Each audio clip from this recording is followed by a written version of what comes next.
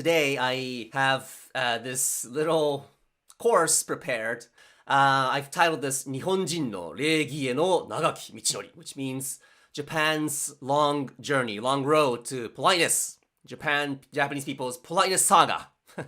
Let's talk about Japanese people now.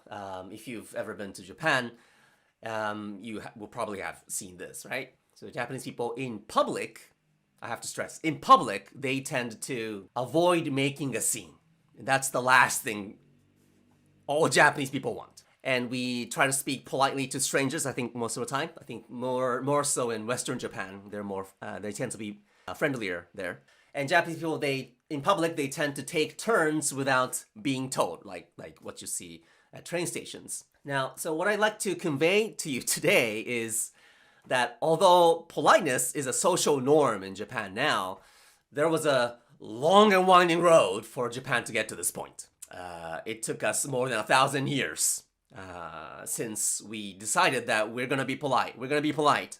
In ancient Japan, there was a lot of killing each other. And killing is not polite. Now, today we're focusing on this time period, 604 AD. This year was very important, I think, in my mind, because it was the year of the initiation of the Japanese identity. All right. This was 1,400 years ago. And this is the world of court nobles working in the imperial palace with the emperor. And there are no samurai yet. They haven't emerged yet. So it may seem like the most boring historical time frame in Japanese history. And it is, to be honest. As you can guess from the picture, it's devastating when this type of picture comes up in your textbook, right? Just people sitting around, right? You have no idea what they're doing. But not the part I'm going to talk about today. It will be quite amusing. So the Japanese archipelago was ruled by several tribes in prehistoric times. And by the 7th century, this one tribe alliance called the Yamato family, finally established rule over half of Japan, and they became the imperial family. Right? So these are the ancestors of the imperial family now. Now, in modern day, the Japanese emperor is the emperor. Right? We all acknowledge that the imperial family is a special family that represents Japan. But that was not the case during the 7th century. Right? In the eyes of the other tribes, the imperial family was not respected as much as they are today. The Yamato family is like the singer and guitarist. He writes songs too. So if the band members are asked, who's your leader? Then everyone would answer, well, I guess that would have to be Yamato, right? So everyone admits that Yamato often takes leadership roles, but Yamato is like their peers, right? It's not like, they're like same age, right? So that's where Japan was back then. This Yamato family, they're the leader, but they're not above the clouds. There's already a kind of hierarchy, but it's not a hard, rigid, established system yet. So the imperial family tried to create hierarchy in several ways. They, first of all, imported the Chinese court system, at least partially. One part of the Chinese court system they liked, especially, was the color-coded attire system. It's like color, what do you call it? The Power Rangers. It's like Power Rangers. They like the color code system to establish hierarchy. So it was like this. It's like, I'm emperor, so I get to wear white. He's my son. He's the crown prince, so only him gets to wear yellow. Higher nobles, you can wear nice, mature colors like purple. But all you lowly nobles can wear red, green, blue, pale pink, those unimportant colors. That's what it was like. Japanese mythology, like there's a lot of legends and folk tales told in different regions until then. And they compiled into a chronicle that connects the time of the gods and ancient Japanese history. So that they could say that the Yamato family, the imperial family, are the descendants of the founding gods of the Japanese archipelago. So that's why the emperor is considered as a half-godly figure, and the entire population is, right now, the entire population in modern Japan now is playing along with that storyline. Of course, we all know that he's just a fellow human, but we play along for the sake of peace. And one of the many initiatives of the imperial court to establish hierarchy was, or order, I guess, was the drafting of the first constitution of Japan. It's called the 17 Article Constitution.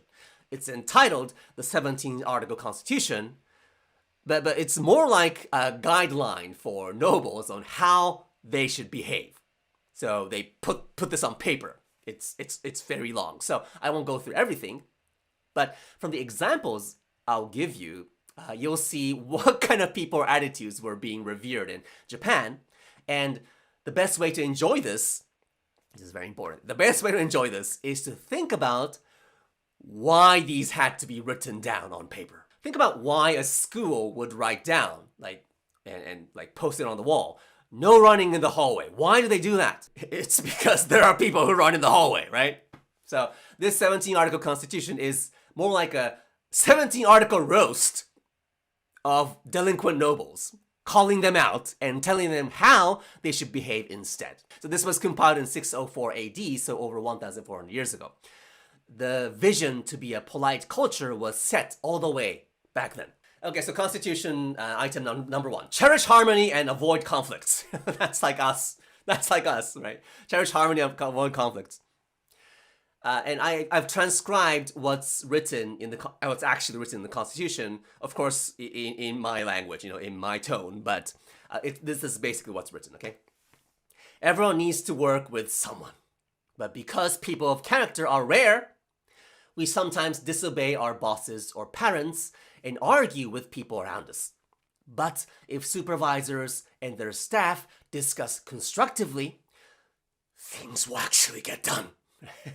So, reading this, what's funny about this Constitution is that you can feel the rage of whoever wrote it. So this is the foundation of Japanese organization and communities, right? It's considered very important to work as a team, or in other words, you need to do your best to function as a limb or organ of the team. This means if you accomplish something, you don't take credit as an individual, right? You consider it the work of the team, no matter how big your contribution was. And if something fails, the good part is that nobody should be put under the spotlight to take the blame, right? The whole team takes the blame, for better or worse. Keep your ego at the door. That's right, or stuff won't get done. That's right. I don't know if you guys are familiar with the word seppuku. That ideal of harmony, avoid conflicts, that was an ideal, 1,400 years ago, and 400 years ago, it was still more of an ideal. So when a samurai family or domain made a big mistake in policy making, they had to show sincerity to its people and higher authorities by taking responsibility. Now, in the samurai world, taking responsibility often meant killing yourself. Seppuku. Seppuku, the kanji here, this means cut. This means stomach. Cut stomach. So it's self-explanatory, but seppuku means you cut open your stomach and have an assistant behind you with a katana sword, and so that you won't struggle, you won't suffer for too long. After they confirm that you have done that, they slash your head off. So in the samurai world, taking responsibility meant killing yourself. But if the samurai family head admitted that it was his error, and if he took responsibility, the central samurai government, the shogunate, would see that samurai family as inadequate of ruling that domain. So they could get disbanded altogether, right? And that means the entire staff, there were hundreds of samurai and servants working under the samurai head of that domain, they would all get fired, right? They would all lose jobs. So what often happened, this is terrible. What often happened was the samurai staffer who was in charge of the initiative became the scapegoat and was ordered to seppuku. Individuals sacrificed themselves for the sake of the whole. Of course, if this happened today, the company would be condemned and, for compliance issues. But keep in mind that the spirit of self-sacrifice started there and is still there, okay? Follow Buddhist practices diligently. Most people are not innately evil. If you give guidance patiently, they will change for the better. Okay. By the way, do you know the 5 precepts of Buddhism? Okay, so very quick. One is abstain from taking life, abstain from taking what is not given, which means abstain from stealing, abstain from sexual pleasure. And more specifically, this means if you're a male monk, don't touch women, and abstain from false speech, and so abstain from lying, basically. And last one is abstain from intoxicants that cloud the mind, which means in Japan, don't drink.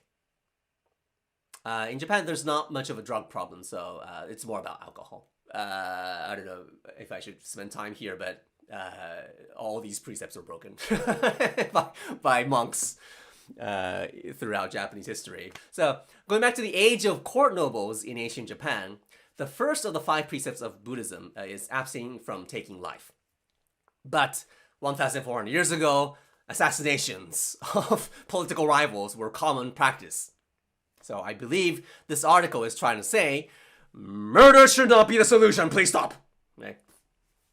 So also to be noted is the mentioning of people being innately good. It says people are not innately evil, which means in Japan, we generally believe that people are innately good. This is a very important point, underlying concept of Japanese culture and Japanese business culture. We often make rules and make decisions assuming that our counterparts are good, sensible people.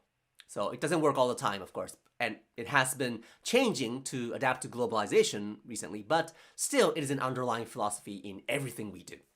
So it's not uncommon for contracts, like corporate contracts, to be like 30 pages long in the US, for example, right? But contracts in Japan were traditionally very simple, very short, like 1 page. It was assumed that people wouldn't take advantage of holes in agreements, because then the party that's taking advantage may win in that occasion in the short term, but they would lose trust from society and nobody would do business with them ever again. It's their funeral. That's how we approach things. Number 3, obey the emperor's orders. So just think about why it had to be written, right? If the emperor were the universe, this is what's written. If the emperor were the universe, his or her staff would be the earth, not the other way around. So between the 7th and 12th centuries, like a very long time, nobles weren't really cooperative with the emperor. So they would make all sorts of excuses to skip work and come to important ceremonies just for the refreshments and go home before the closing speech. So you know how you would attend events that you're not 100% into, but they have free pizza, right? So company parties, imperial court, same thing. The emperor even had to guilt trip them to attend ceremonies by sending them food and drinks beforehand, right? So that they will feel sorry if they don't show up, right? That's how bad it was. Nowadays, hierarchies are strictly observed. Your boss tells you to do something, you try your best to do it, and that's the norm. But back then, it was not the case. Number 4, every one of you must have manners and principles. If the supervisor lacks principles, the supervisees will commit crimes. If the governors are principled, their people will be too, and the country will naturally settle in peace. So why was this written? In actuality, provincial governors, so when we talk about ancient Japan, we're talking about Kyoto. Everything revolves around Kyoto, or it happens in Kyoto. So all the court nobles are in Kyoto. And the provincial governors too, they're in Kyoto. Everyone's stationed there. So if you read my 4th book, Love Tales of Ancient Japan, almost everything happens in Kyoto. That's the center of Japan, and court nobles in Kyoto, they couldn't care less about everywhere else in Japan. So they neglected governance of all the other parts of Japan. So there were no police organizations. People got killed. People died of hunger so easily. It was a terrible time outside Kyoto. But Kyoto nobles, they didn't care, because they thought that they were humans, and everyone else outside Kyoto, they were not humans. So these provincial governors, or the people whom they hired in the countryside, would do whatever they pleased with the people they governed, like taking extra tax whenever they wanted to. So some of the early samurai were peasants who armed themselves in response to the need for protection from these delinquent governors. So that's one of the reasons samurai emerged. Court rule eventually ended in the 12th century because samurai grew so strong they overpowered the influence of the court. So there's some serious karma, like over centuries for you right there. Now another thing that's important is that leaders are expected to lead by being an example. Tokugawa Ieyasu, he was the first Tokugawa shogun who started the Edo period. This Edo period was a warless era of 260 years, so I think it was a pretty big success. This guy, he started eating a frugal diet, a very healthy but frugal diet, demonstrated that he's not for spending a lot of money. If the top of the head of Japan was doing that, it feels awkward for his subordinates to be a spendthrift, right? So they would stand out in a bad way. So they were passive-aggressively pressured to follow his ways to be frugal. Nowadays, CEOs of traditional Japanese companies are often the humblest people you'll ever meet. They set an example of how to be a respectable business person. Number 7, fulfill your role and don't abuse your power, right? So when smart and principled officers take the reign, people say all sorts of good things about politics. The opposite ruins everything. Jobs get done when people fulfill their role, and you need to adapt to your jobs. Jobs don't adapt to you. That's what it's written like that. So there's this business practice called job rotation in huge Japanese enterprises like Japan Railways. They assign some of their employees in a department like sales, for example, for 2 or 3 years, and then transfer them to a different department with a completely different job and repeat that process for like decades. So why do they do this? As you can imagine, this system does not develop super specialized experts in, for example, human resources, marketing, or sales. It develops super balanced generalists that has first-hand knowledge of almost all functions of the company. So it's so that they will be an executive, eventually, who can make solid decisions for the whole organization much later in their career. I think this is one reason they develop their humility, because you're like a newbie every 3 years, and you're aware that the organization is run thanks to so many people who are far experienced in their fields than you are as an executive. I've actually met a person working for Japan Railways. So she told me that she started her career at JR, Japan Railways, as a train driver of a local line. And then, years later, she was promoted to a train driver of a Shinkansen. That's their career path, right? So it's very interesting. They dream of local line drivers. They dream of becoming Shinkansen drivers. Then by the time I met her, she had moved to the HR department of the company, organizing training for the thousands of employees working at HR. So they do super different stuff within the company. There's like a job ecosystem in major companies like this. So these people adapt themselves into their new roles every time they get assigned to a new one. Number 8, come to work early and work your hours. Basic things. It was not basic back then. There's a lot of work to do, and you're not going to get anything done by coming in late and excusing yourself from work early. Why did they write this down? So Japanese nobles were reportedly habitually late for work and often called in sick.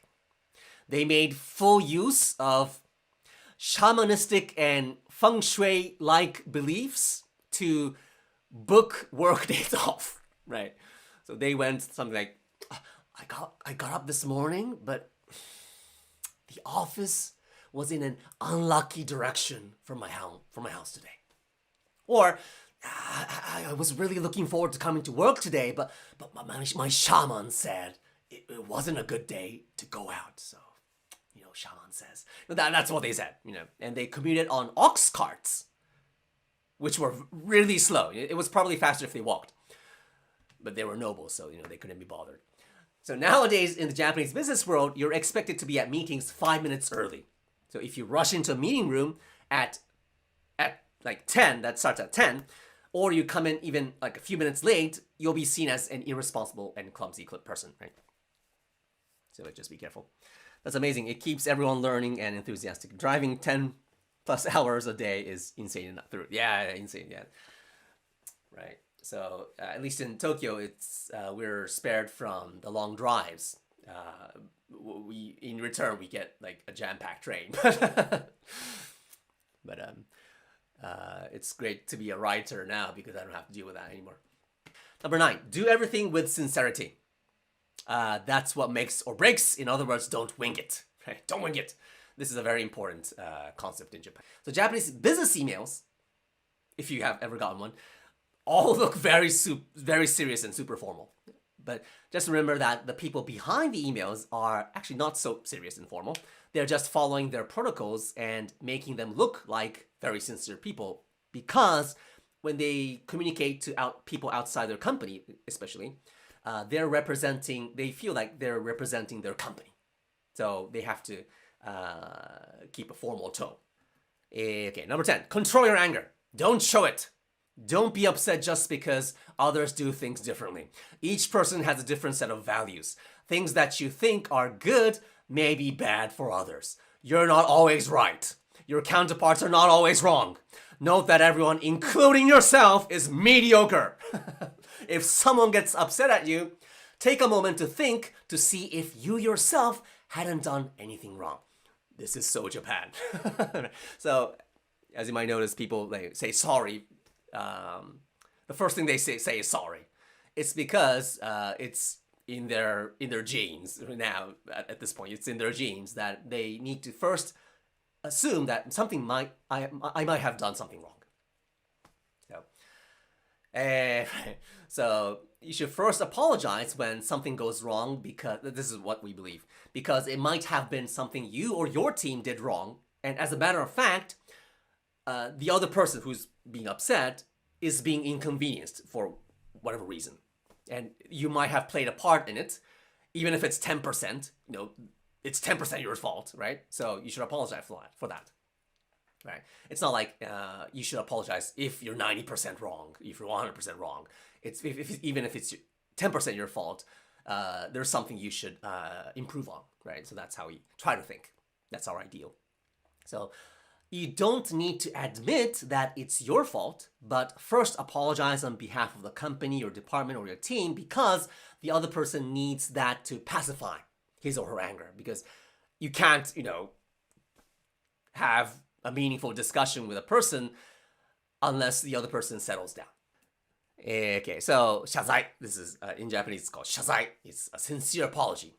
This picture is a politician apologizing in front of the victims of a misfortune, and he's apologizing in front of cameras. It must be humiliating, right? But after this, he gets to keep his job, right? The public will forgive him for his sincere apology. Just remember that making an apology actually doesn't cost you anything, right? Your ego is what stops you from apologizing, and it might actually be hurting you, right? More. And apologizing helps to solve the problem quickly while maintaining a good relationship with the other person. So sincere apologies are actually a very cost-effective way to address problems. That's some real wisdom right there. People in the West can be so obsessed with being right. Right, and also like in relationships too, right? One side is obsessed with being right, winning the argument. Be mindful of others. Think if it's the best time to force labor on peasants. This is directed more towards nobles and provincial governors. Between spring and summer, peasants are very, very busy farming crops and silkworms. What are we gonna eat if they can't farm? What are we gonna wear if they can't make silk? Think before you act. This is what's actually written. In ancient Japan, provincial governors would force farmers to provide labor to build a beautiful garden or a new temple whenever they felt like building one. And then when tax collection time came, they asked like, is this all you've got? Why is the yield so small this year? So, they don't understand the concept of labor because they haven't engaged in labor. That's why it's a problem. So when peasants are forced to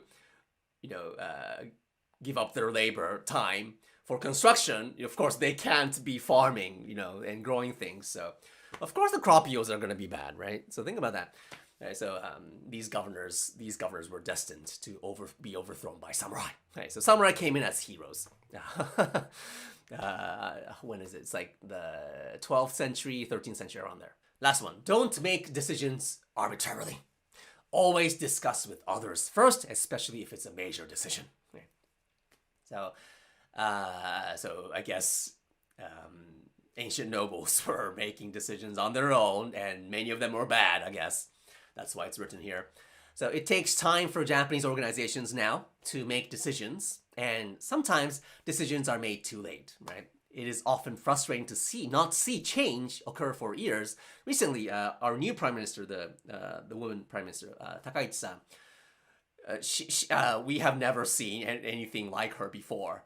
The pace, the speed of things that change under her administration, it's unprecedented in Japan. We were so used to a change taking 5 years, 10 years, but now it's things are changing for the better. Yes. So this is, of course, there are pros and cons, and there's a lot of con here in trying to make decisions deliberately, always, all the time. But at the same time, it's rare that established Japanese organizations make fatal errors due to greed or selfishness. So everyone's keeping each other in check. So you would almost never see like Toyota making stupid decisions, right?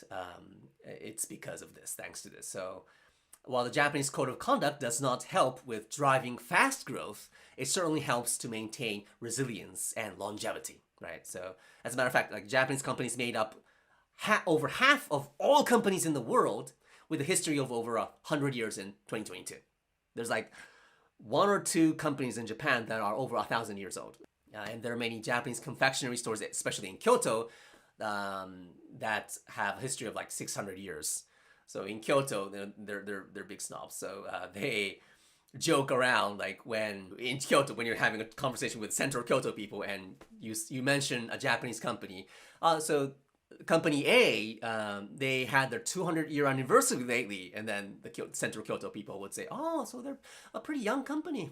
The vision Japanese people set forth 1,400 years ago has finally become a reality after noble rule and samurai rule and modern rule.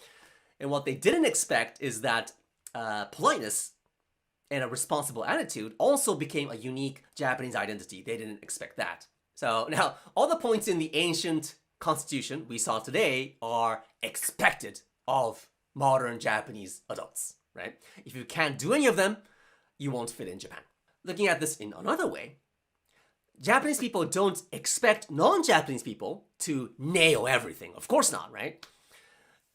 Their expectations are lower if you don't look Japanese, right? If you look Asian, then it's a little harder for you because they will expect you to behave like themselves.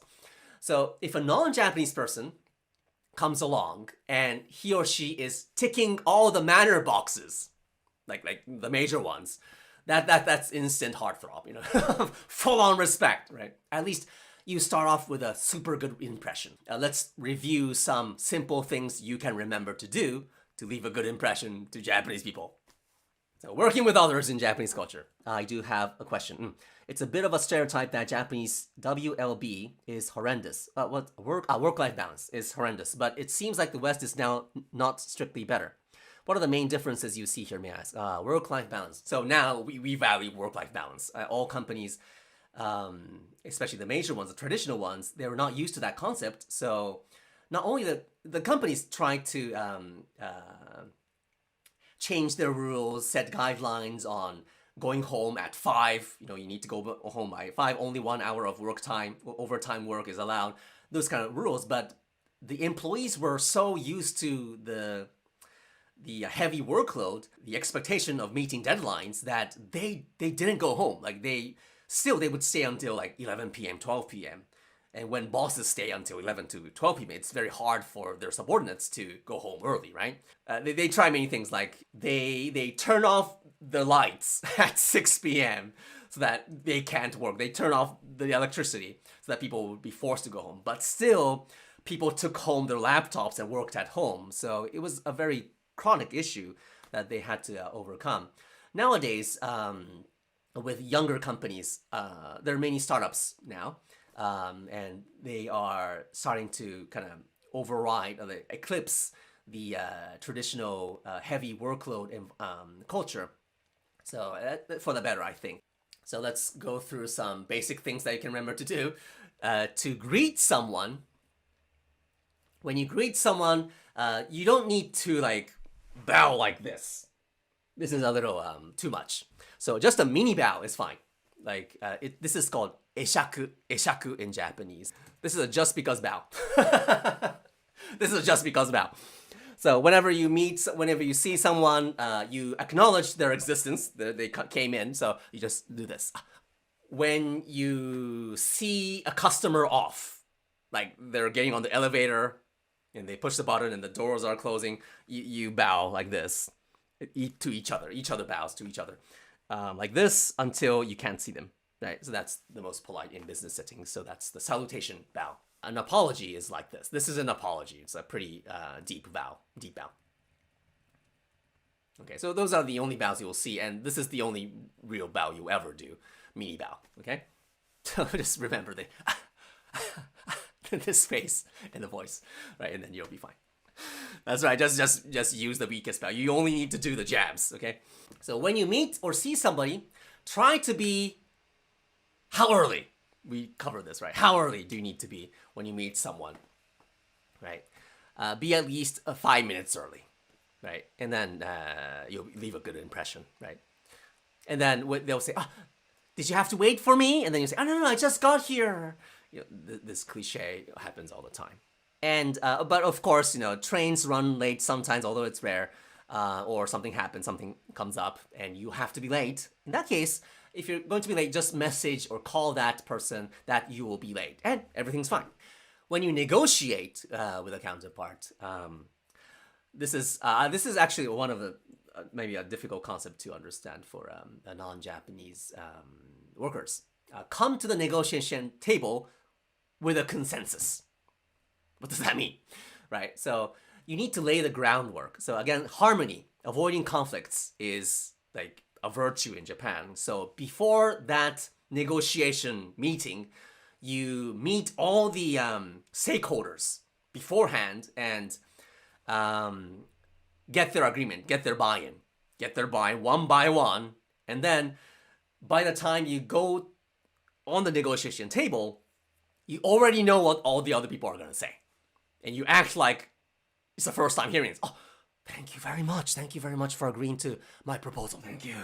You act like that. It's very pretentious, but that's how it works. You have to lay the groundwork for.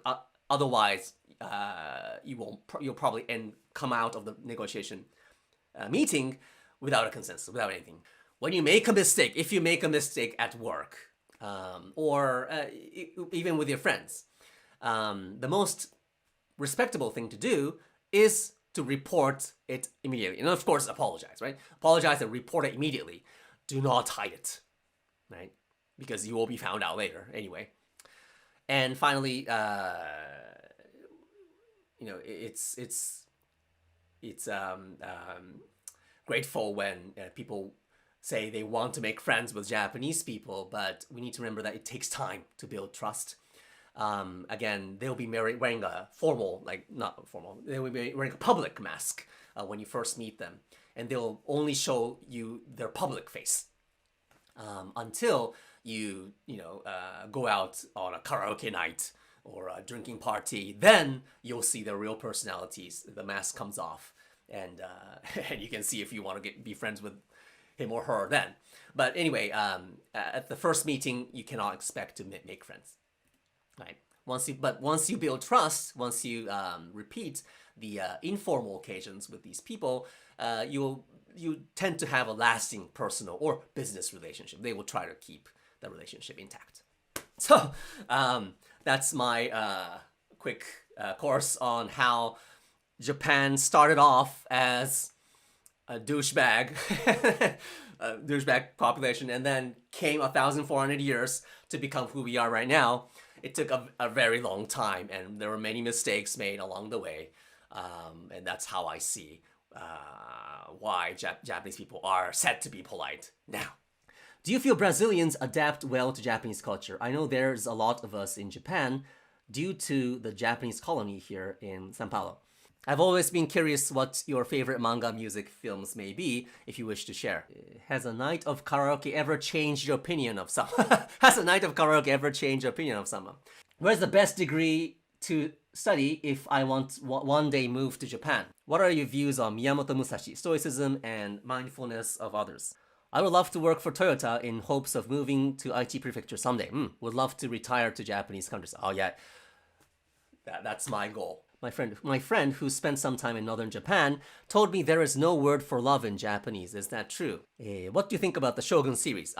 Thank you for asking. So I'm thinking about doing something related to the Shogun series next year. Maybe talk about the background of the history that the story is based on, for example. But Shogun series is really good. I've watched the whole series.